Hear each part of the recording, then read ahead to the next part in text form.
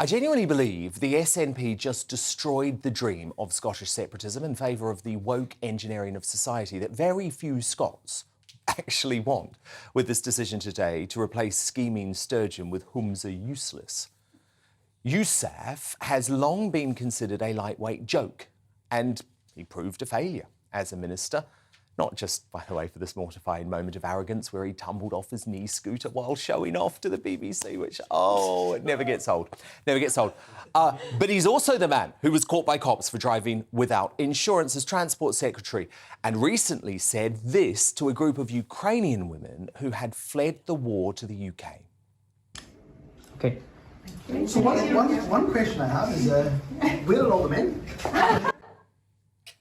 Poor Scotland. Tonight, I'm actually going to leave it to Kate Forbes, Yousaf's socially conservative, competent and Christian rival, who only lost in a 52-48 head-to-head in the end, as to why Scots have just been landed with a dud. Humza, you've had a number of jobs in government. When you were Transport Minister, the trains were never on time. When you were Justice Minister, the police were strained to breaking point. And now, as Health Minister, we've got record high waiting times. What makes you think you can do a better job as First Minister? He can't.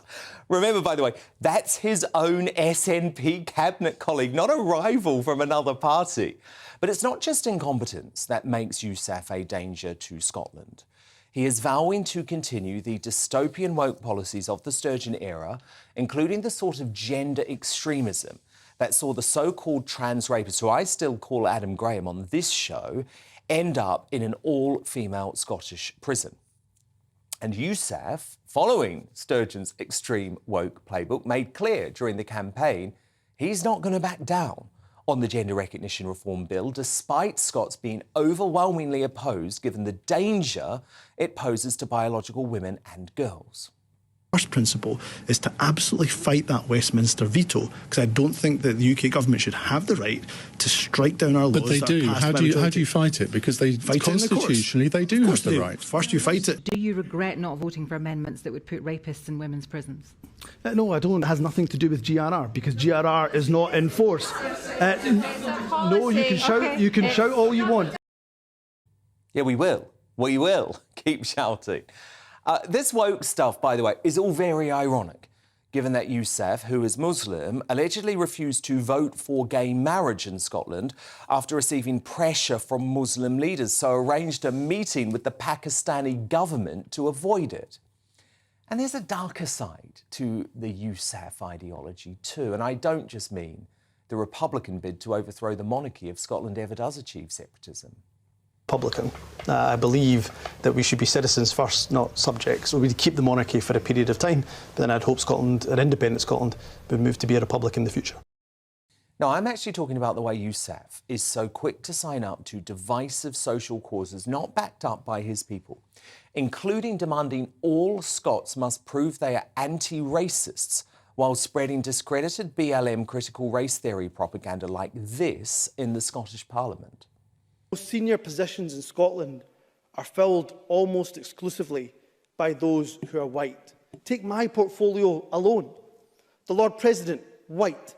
The Lord Justice Clerk, white. Every High Court judge, white. The Lord Advocate, white. The Solicitor General, white. The Chief Constable, white. Every Deputy Chief Constable, white. Every Assistant Chief Constable, white. The Head of the Law Society, white. The Head of the Faculty of Advocates, white. Every prison governor, white. And not just justice, the Chief Medical Officer, white. The Chief Nursing Officer, white. The Chief Veterinary Officer, white. The Chief Social Work Advisor, white. Almost every trade union in this country headed by people who are white. In the Scottish Government, every Director General is white. Every chair of every public body is white. Now, I find that type of rhetoric disgraceful, actually. Yousaf is clearly using the race card to stoke division without any attempt to add crucial context, so I will add some.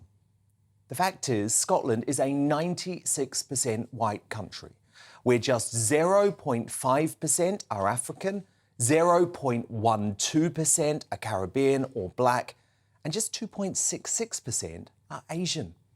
So well done, Yousaf. on reaching the height of Scottish politics. But thank you too, because with such a craven, woke, incompetent leader determined to follow an extreme social agenda, I believe the Union is now safer than it's ever been this century. Scheming Sturgeon's separatism pipe dream just got a whole load more unrealistic.